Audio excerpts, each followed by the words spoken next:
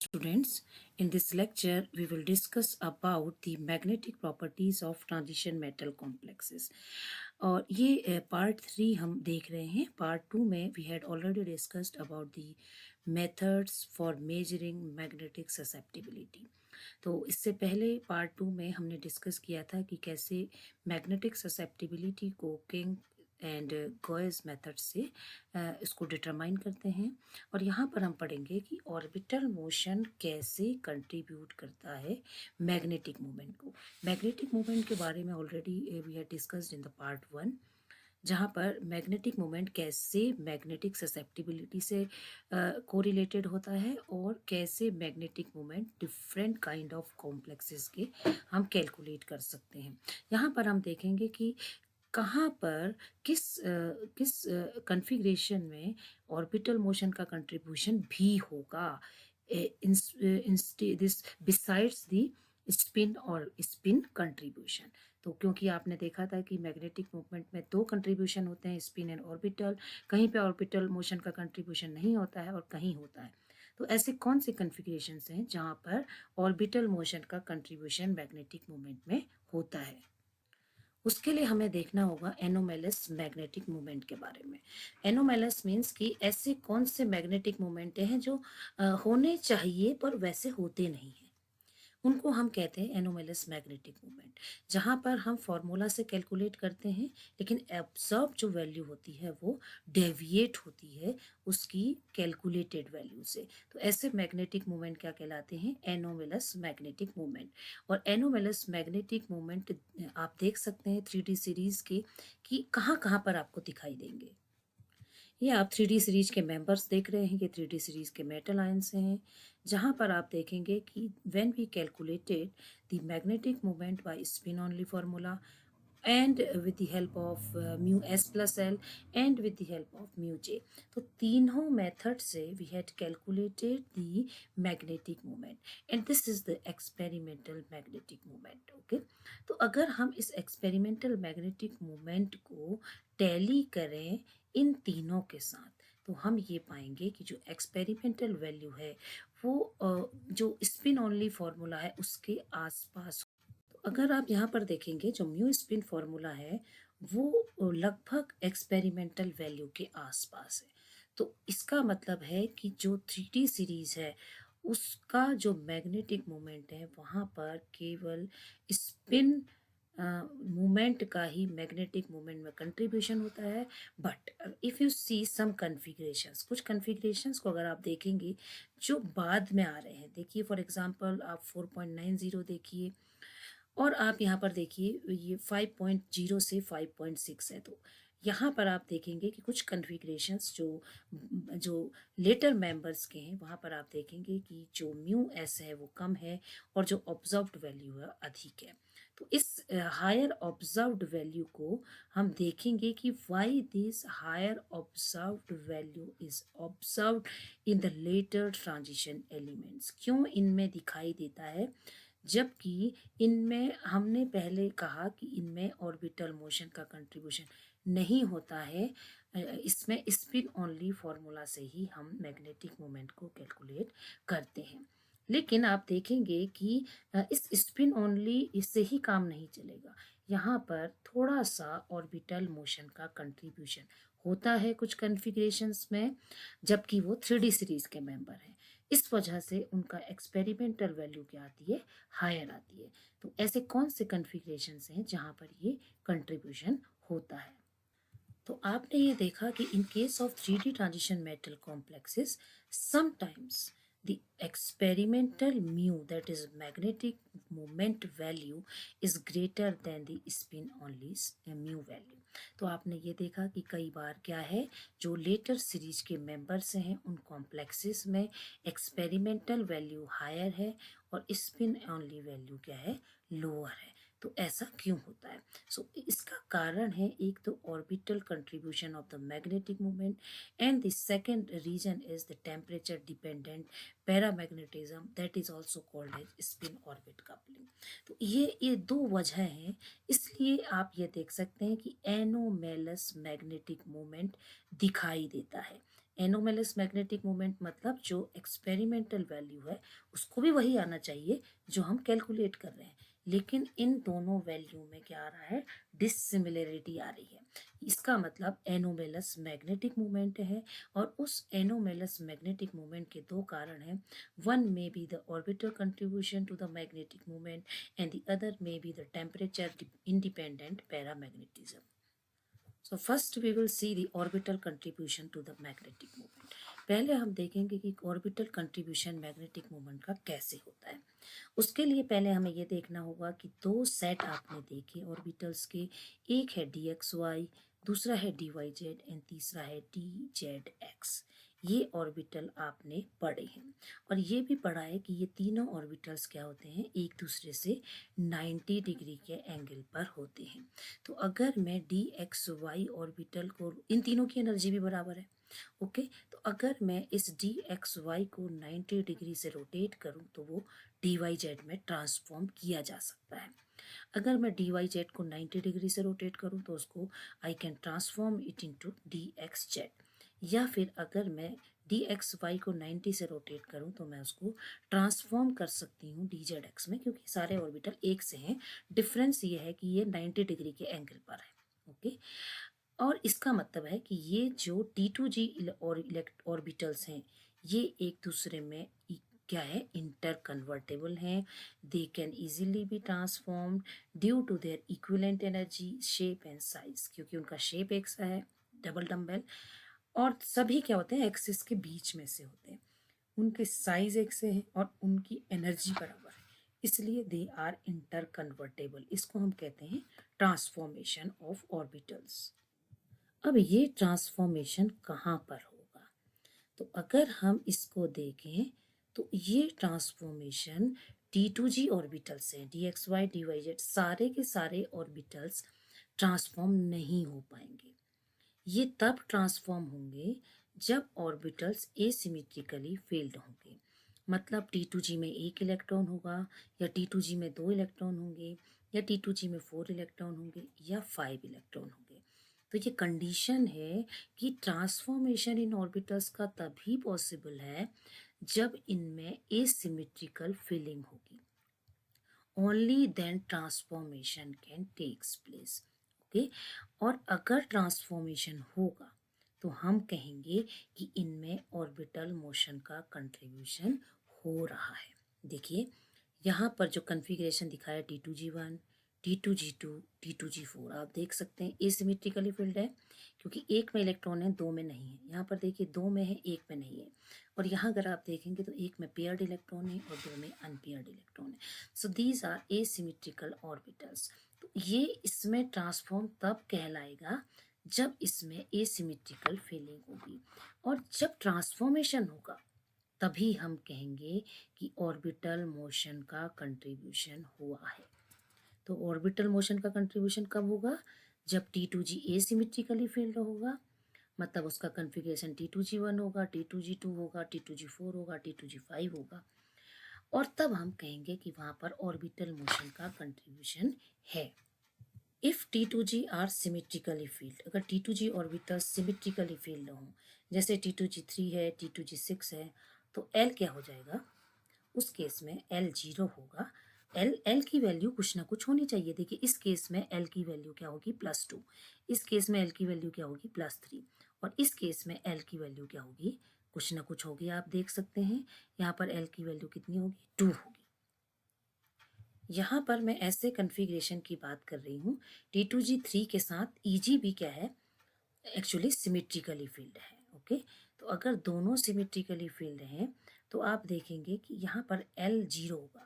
ये देखिए +2 है, देन +1, देन 0, देन अगर दोनों EG भी भरे हैं तो उस केस में क्या होगा कि L 0 होगा। ऐसे ही अगर मैं T2G6 का हूँ तो उस केस में अगर EG भी जो है वो फील्ड है तो वहाँ पर L का कंट्रीब्यूशन क्या होगा, 0।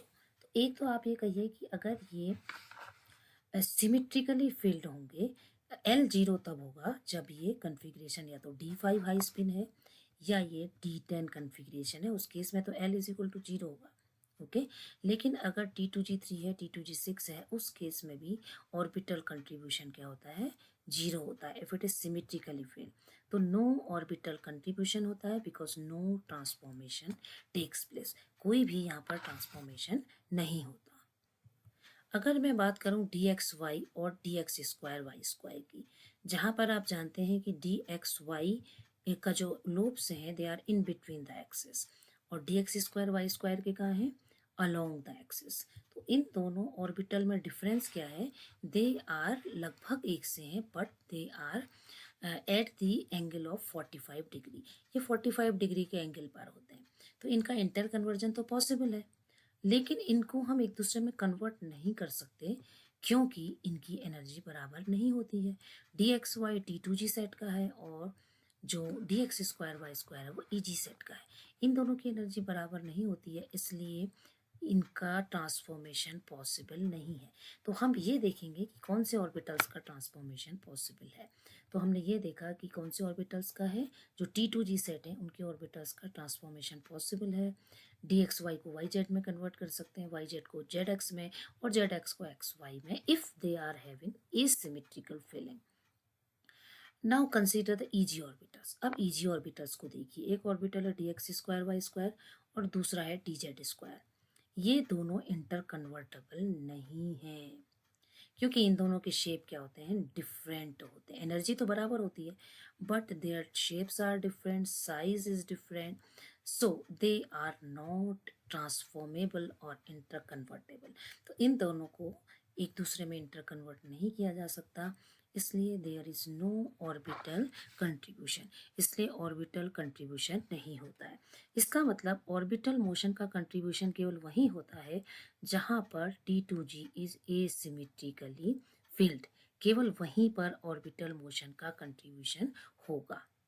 नाउ बहुत इजी तरीके से मैं आपको बताऊंगी कि हम किस कन्फिग्रेशन के लिए कहेंगे कि ऑर्बिटल मोशन का कंट्रीब्यूशन होगा मैग्नेटिक मोमेंट में और किसका नहीं होगा।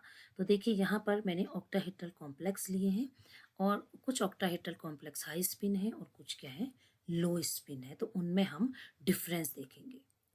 अब आप देखिए D1, अब मैं पहले हाई स्पिन कॉम्प्लेक्स की बात कर रही हूँ। तो आप देखेंगे D1 configuration, T2G1 configuration, so this is asymmetrically filled. तो ये कैसा है, एसिमेट्रिकली फील्ड। अब मैं आपको ये बताने जा रही हूँ कि टी और ई और ए का क्या मतलब है। Okay, I will see you some configurations like I am showing you T2G1. So if I am drawing the orbital T2G1 only, okay, T2G. So one electron is present here. ठीक है, अगर एक इलेक्ट्रॉन यहाँ present होगा जिसका L की value क्या है आप देखेंगे, देखिए L की वैल्यू क्या होगी, +2। इस ऑर्बिटल का L कितना है, +1, और इसका है 0। ओके, तो इसका क्या होगा, देखिए अब ये इलेक्ट्रॉन कैसे अरेंज हो सकता है, ये दूसरे तरीके से भी अरेंज हो सकता है। ये क्या हो सकता है, ये इलेक्ट्रॉन यहाँ पर भी हो सकता है और ये इलेक्ट्रॉन देखिए यहाँ पर भी हो सकता है। तो इसकी 3 पॉसिबिलिटी है, 3 पॉसिबिलिटीज। ओके, 3 पॉसिबिलिटीज मतलब 3 मीन्स ट्रिपलेट। ओके, सो 3 मीन्स ट्रिपलेट, तो इसका मतलब ही ट्रिपली डीजेनरेट है। I had already studied you, taught you about the energetically degenerate state. तो ये क्या है, इलेक्ट्रॉनिकली डीजेनरेट स्टेट है। 3 डीजेनरेसी है इसकी, क्योंकि ये इलेक्ट्रॉन यहाँ हो सकता है, यहाँ हो सकता है और यहाँ हो सकता है, इसलिए इस स्टेट को हम कहते हैं टी फॉर ट्रिपली डीजेनरेट। ओके, अगर 2 इलेक्ट्रॉन होते तो ये 2 इलेक्ट्रॉन यहाँ हो सकते थे, ये 2 इलेक्ट्रॉन यहाँ हो सकते थे, या ये 2 इलेक्ट्रॉन यहाँ हो सकते थे। तो उस केस में क्या होता कि इसको हम ट्रिपली डीजेनरेट कहते हैं क्योंकि इसकी 3 पॉसिबिलिटी है। तो ऐसा कब होगा, जब एसिमेट्रिकल फीलिंग होगी T2G में, तब वो स्टेट क्या कहलाती है, ट्रिपली डीजेनरेट होता है। अगर मैं बात करूं EG1 की, अगर EG में एक इलेक्ट्रॉन है तो उस केस में आप देखेंगे कि ये इलेक्ट्रॉन यहाँ हो सकता है या ये इलेक्ट्रॉन यहाँ हो सकता है। मतलब इसकी कितनी पॉसिबिलिटी है, 2 पॉसिबिलिटी। तो अगर इसकी 2 पॉसिबिलिटी है तो इसको हम कहते हैं डबली, इसको हम क्या कहते हैं, डबली। तो ऐसी स्टेट को हम डबली डीजेनरेट कहते हैं और ये ई से हम दिखाते हैं। यानी जब ई जो है वो एसिमेट्रिकली फील्ड होगा तो उस केस में उसकी जो स्टेट होती है, एनर्जी स्टेट, वो क्या कहलाती है? ई, क्योंकि इसकी 2 पॉसिबिलिटी हैं। जिसकी 2 पॉसिबिलिटी होती है उसको हम ई कहते हैं, जिसकी 3 पॉसिबिलिटी होती है उसको हम डी कहते हैं, और जिसकी 1 पॉसिबिलिटी होती है उसको हम कहते हैं ए। देखिए ये एक ईजी ऑर्बिटल है और ये एक T2G है जहाँ पर 3 इलेक्ट्रॉन है। ये सिमेट्रिकली फील्ड है। तो ये जो स्टेट है इसको हम कहते हैं ए। ये कैसी होती है? Singly degenerate. ये कैसी स्टेट है? Singly degenerate. और ये भी कैसी है? Singly degenerate. तो ये स्टेट क्या है? ए। तो आपको ये याद रखना है कि अगर T2G एसिमेट्रिकल हो, EG एसिमेट्रिकल हो, तो T2G एसिमेट्रिकल होगा तो कैसी स्टेट होगी? D state. अगर EG एसिमेट्रिकल होगा तो कैसी स्टेट होगी? ई, डबली डीजेनरेट। और अगर दोनों की दोनों सिमेट्रिकल होंगी तो कैसी स्टेट होगी? ए, क्योंकि ये क्या है? सिंगली डीजेनरेट स्टेट कहलाती है। अब यहाँ आप वापस आइए, देखिए T2G1 का मतलब इसकी 3 पॉसिबिलिटी होंगी। एसिमेट्रिकल फीलिंग है, टी इसकी स्टेट होगी, कैपिटल टी लिखा है क्योंकि टी जो है वो एसिमेट्रिकली फील्ड है। तो इसका ऑर्बिटल मोशन में कंट्रीब्यूशन रहेगा, यस, क्योंकि ये जो है एसिमेट्रिकली फील्ड है। हमने कहा था कि अगर T2G एसिमेट्रिकली फील्ड होगा तो इसमें ऑर्बिटल मोशन का कंट्रीब्यूशन होगा मैग्नेटिक मूवमेंट में।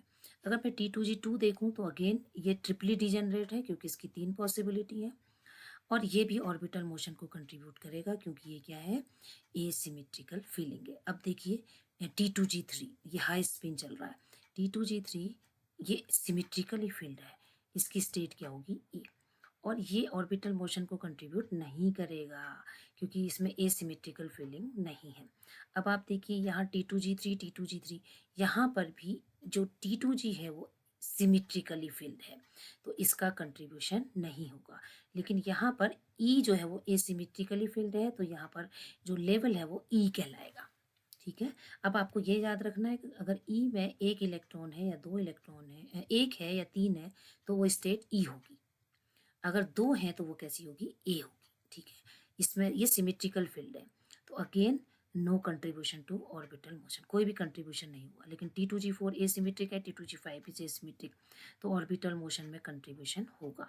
T2G6 ये देखिए सिमेट्रिकल आ गया, T2G6 EG3, T2G is not, T2G कैसा है? एसिमेट्रिकल नहीं है, ये सिमेट्रिकल है, इसलिए ऑर्बिटल मोशन में कंट्रीब्यूशन नहीं होगा। आप ये देखेंगे कि ऐसे सारे ऑर्बिटल्स जहाँ पर T2G एसिमेट्रिकली फील्ड है, देखिए T2G1, T2G2 ये कैसे हैं? एसिमेट्रिकली फील्ड है। फिर आप आ जाइए T2G4, T2G5 एसिमेट्रिकली फील्ड। तो केवल ऐसे कन्फिग्रेशन जहाँ पर T2G एसिमेट्रिकली फील्ड होगा वहाँ पर आप देखेंगे टी स्टेट होगी, ट्रिपली डिजेनरेट होगा, और वहीं पर ऑर्बिटल मोशन का कंट्रीब्यूशन होगा। जहाँ पर ए और ई स्टेट हैं वहाँ पर ऑर्बिटल मोशन का कंट्रीब्यूशन 0 है। अब आप देखिए लो स्पिन कॉम्प्लेक्स। लो स्पिन कॉम्प्लेक्स में आप देखिए T2G1, T2G2 एसिमेट्रिकली फील्ड, स्टेट क्या है? टी, ऑर्बिटल मोशन में कंट्रीब्यूशन होगा। देन आप देखिए T2G4, T2G5 स्टेट क्या है? टी। दोनों के केस में ऑर्बिटल मोशन का कंट्रीब्यूशन होगा, किसमें? मैग्नेटिक मूवमेंट में। लेकिन अगर आप इन कन्फिग्रेशंस को देखें तो यहाँ पर T2G सिमेट्रिकली फील्ड है, T2G सिमेट्रिकली फील्ड है, तो यहाँ पर दोनों सिमेट्रिकली फील्ड है तो ए स्टेट। अगर ई एसिमेट्रिकली फील्ड है तो ई स्टेट, दोनों सिमेट्रिकली फील्ड है तो ए स्टेट। तो जहाँ पर ए और ई स्टेट है वहाँ पर क्रॉस देख रहे हैं आप, no contribution of orbital motion. तो इस तरीके से हम किसी भी कन्फिग्रेशन में बता सकते हैं कि कहाँ पर ऑर्बिटल मोशन का कंट्रीब्यूशन होगा, कहाँ पर नहीं होगा। Now this is the case of tetrahedral complexes. अब किसका केस है? टेट्राहेड्रल कॉम्प्लेक्स का है, जो हमेशा हाई स्पिन होते हैं, उनमें लो स्पिन कॉम्प्लेक्स नहीं होते हैं। अगर मैं T1 कन्फिग्रेशन को देखूँ तो E is asymmetrically filled, state क्या होगी? E. No contribution of magnetic movement, orbital motion का नहीं होगा क्योंकि T2 जो है वो सिमेट्रिकली फील्ड है। अब यहाँ देखिए आप D3 में T2 एसिमेट्रिकली फील्ड है, यहाँ पर भी T2 एसिमेट्रिकली फील्ड है, तो स्टेट क्या हो गई? टी। और यहाँ पर ऑर्बिटल मोशन में कंट्रीब्यूशन होगा मैग्नेटिक मूवमेंट में। अगेन आप देख सकते हैं T23 ये सिमेट्रिकली फील्ड है, तो no contribution of orbital motion. Then T2G, T24, T25 again ये एसिमेट्रिकली फील्ड है, तो यहाँ पर ऑर्बिटल मोशन का कंट्रीब्यूशन रहेगा और यहाँ पर नहीं होगा क्योंकि यहाँ पर ये सिमेट्रिकली फील्ड है। तो ओवरऑल आप ये देखेंगे जहाँ पर टी स्टेट है, जहाँ पर T2G एसिमेट्रिकली फील्ड है, वहाँ पर ऑर्बिटल मोशन का कंट्रीब्यूशन होगा मैग्नेटिक मोमेंट में। और जहाँ पर भी मैग्नेटिक मोमेंट में ऑर्बिटल मोशन का कंट्रीब्यूशन होगा, वहाँ पर हमेशा एनोमैली होगी और वहाँ पर एक्सपेरिमेंटल वैल्यू अधिकतर केसेस में क्या होती है, वो अधिक आती है उसके स्पिन ओनली फॉर्मूला से, क्योंकि वहाँ पर जहाँ पर भी टी स्टेट होगी वहाँ पर ऑर्बिटल मोशन का कंट्रीब्यूशन होगा मैग्नेटिक मोमेंट में, इसलिए experimental value will be higher as compared to the spin only formula value. दूसरा जो फैक्टर है वो है spin orbit coupling. Spin orbit coupling की वजह से भी क्या होता है, एनोमेलस मैग्नेटिक मूवमेंट आता है। कई बार हम उसको केवल ऑर्बिटल मोशन के कंट्रीब्यूशन से एक्सप्लेन नहीं कर सकते। कई बार क्या होता है कि स्टेट ए और ई होती है तब भी क्या होता है और जो एनोमेली आती है मैग्नेटिक मूवमेंट में। ओके, तो जनरली क्या होता है, हमने देखा ट्रेंड देखा कि जब ए और ई ग्राउंड स्टेट टर्म होती है, ए और टी स्टेट्स होती हैं, उस केस में ऑर्बिटल मोशन का कंट्रीब्यूशन नहीं होता है और ऑर्बिटल मोशन की क्विंचिंग हो जाती है, उसको रोक दिया जाता है और उसका कंट्रीब्यूशन नहीं होता। इस केस में क्या होता है, जो म्यू की वैल्यूज़ होती हैं एक्सपेरिमेंटल, वो म्यू स्पिन ओनली वैल्यू के नज़दीक होती हैं और इस तरीके का मैग्नेटिज्म, पैरामैग्नेटिज्म क्या कहलाता है, टेम्परेचर डिपेंडेंट पैरामैग्नेटिज्म।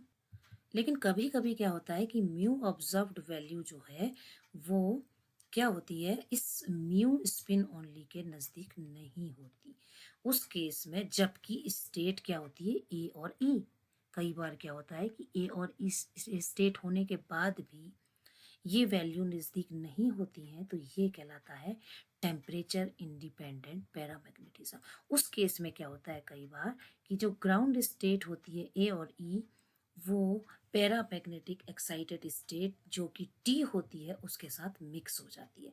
आपने देखा जहाँ पर केवल टी स्टेट होती है वहाँ पर मैग्नेटिक मोमेंट में ऑर्बिटल मोशन का कंट्रीब्यूशन होता है, ए और ई में नहीं होता।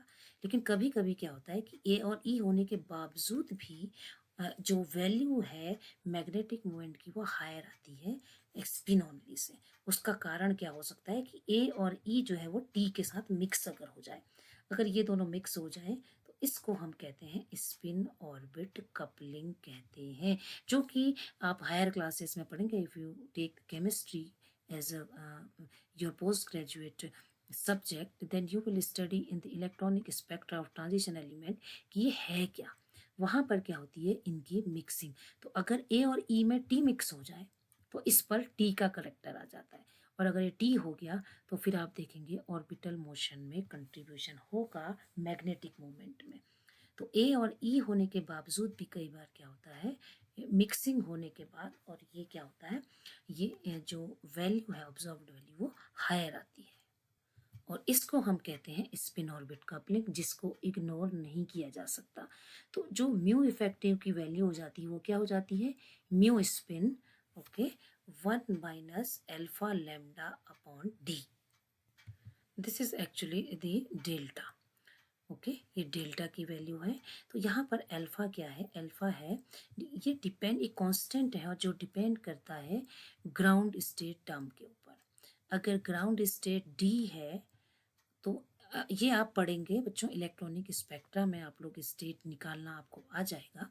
यहाँ पर आप इतना ही समझिए कि अगर स्टेट डी है तो अल्फा की वैल्यू होती है 2, अगर स्टेट एफ है तो अल्फा की वैल्यू होती है 4, अगर स्टेट एस है तो अल्फा की वैल्यू होती है 0। तो अल्फा डिपेंड करती है कि ग्राउंड स्टेट टर्म क्या है। देन ये जो डेल्टा है, डेल्टा क्या है, energy difference between ground state and excited state. तो ये डेल्टा की वैल्यू अगर हमें पता होगी, और लैम्डा क्या होता है, स्पिन ऑर्बिट कपलिंग कांस्टेंट होता है, क्योंकि हम कह रहे हैं कि यहाँ पर स्पिन ऑर्बिट कपलिंग हो रही है। तो ये क्या होता है, ये भी डिफाइंड है, it is positive for D1, D2, D3 and D4। इन कन्फिग्रेशंस के लिए लैम्डा की वैल्यू पॉजिटिव होती है और D6, D7, D8, D9 के लिए इसकी वैल्यू होती है नेगेटिव में। तो इस ये अगर हमें पता होगा तो we can easily give the idea about the mu effective कि जो म्यू स्पिन आ रहा था वो क्यों डिफरेंट था, क्योंकि ये वैल्यूज डिफरेंट थी कन्फिग्रेशन के अकॉर्डिंग। तो जो ऑब्जर्व्ड वैल्यू आती है वो चेंज हो जाती है, जो कि म्यू इफेक्टिव वैल्यू है। तो अगर हम ये म्यू इफेक्टिव कैलकुलेट करें तो आप ये देखेंगे जो D1 D2 D3 D4 है, क्योंकि इनकी लैम्डा की वैल्यू पॉजिटिव है। अगर लैम्डा पॉजिटिव होगा तो ये पूरा क्या हो जाएगा, नेगेटिव। ये नेगेटिव होगा तो म्यू इफेक्टिव की वैल्यू क्या हो जाएगी, कम हो जाएगी। और अगर मैं D6 D7 D8 D9 configuration की बात करूं तो यहाँ पर आप देखेंगे कि यहाँ पर लैम्डा की वैल्यू नेगेटिव है। तो अगर लैम्डा की वैल्यू नेगेटिव होगी तो ये पूरी वैल्यू क्या हो जाएगी, पॉजिटिव। ये पॉजिटिव हो जाएगी तो म्यू इफेक्टिव की वैल्यू क्या होगी, बढ़ जाएगी। तो इसलिए आप देखेंगे जो D1 D2 D3 D4 कन्फिग्रेशंस थे वहाँ पर जो मैग्नेटिक मोमेंट की वैल्यू थी वो लगभग बराबर थी ऑब्जर्व्ड वैल्यू के, तो वो कम थी क्योंकि लैम्डा की वैल्यू क्या थी, पॉजिटिव। और D6 D7 D8 D9 कन्फिग्रेशंस की जो लैम्डा की वैल्यू थी वो नेगेटिव थी, इसलिए म्यू की वैल्यू क्या हो गई, बढ़ गई। इसलिए वहाँ पर आपने देखा होगा कि जो डेल्टा की वैल्यू होती है इनके लिए, जो म्यू की वैल्यू होती है इनके लिए, वो क्या होती है, ऑब्जर्व्ड वैल्यू हायर होती है स्पिन ओनली वैल्यू से। ओके, क्योंकि ये पॉजिटिव में आ जाती है टोटल वैल्यू जो फैक्टर है, तो वहाँ पर लैम्डा की वैल्यू क्या होती है, नेगेटिव होती है। ओके, यहाँ पर अगर आप एग्जांपल देखेंगे जो मैग्नीज का कॉम्प्लेक्स है, एक्चुअली मैग्नीज के कॉम्प्लेक्स के केस में कोई एक्साइटेड स्टेट नहीं होती है सेम मल्टीप्लिसिटी में। ये भी आप पढ़ेंगे बच्चों, जब आप हायर क्लासेस में पढ़ेंगे about electronic spectra of transition metal elements, तो आप ये समझ सकते हैं कि Mn के केस में क्या होता है कि जो म्यू एस की वैल्यू है वो ऑब्जर्व के बराबर लगभग आती है, क्योंकि यहाँ पर कोई स्पिन ऑर्बिट कपलिंग नहीं होती है। ये स्पिन ऑर्बिट कपलिंग तब होती है जब एक्साइटेड स्टेट और ग्राउंड स्टेट की मल्टीप्लिसिटी एक सी होती है। तो यहाँ पर ऑर्बिटल कंट्रीब्यूशन नहीं होता है, इसलिए दोनों वैल्यू क्या होती है, बराबर होती है। लेकिन अगर मैं COCl4 2 नेगेटिव की बात करूँ तो यहाँ पर क्या होगा, D7 कन्फिग्रेशन है। D7 कन्फिग्रेशन आपने देखा, D7 कन्फिग्रेशन के केस में क्या होता है कि जो लैम्डा की वैल्यू थी वो नेगेटिव थी, और यहाँ पर स्पिन ऑर्बिट कपलिंग होती है क्योंकि डिफरेंट स्टेट्स होती हैं जिनकी मल्टीप्लिसिटी सेम होती है, इसलिए ऑब्जर्व्ड वैल्यू हायर आती है स्पिन ओनली वैल्यू से। इसका मतलब ये हायर आने का कारण क्या है, स्पिन ऑर्बिट कपलिंग। तो स्पिन ऑर्बिट कपलिंग की वजह से ये वैल्यू हायर आती है और ये वैल्यू लोअर आती है, जैसा मैंने आपको शुरू में टेबल में भी दिखाया था। तो कई जगह पर हम एक्सप्लेन कर सकते हैं with the help of orbital contribution, और कहीं पर हम एक्सप्लेन कर सकते हैं with the help off spin orbit coupling contribution. ये दो कंट्रीब्यूशन की वजह से जो ऑब्जर्व्ड वैल्यू है वो स्पिन ओनली वैल्यू से अधिक आती है। सो this is the anomalous magnetic moment of transition metal complexes.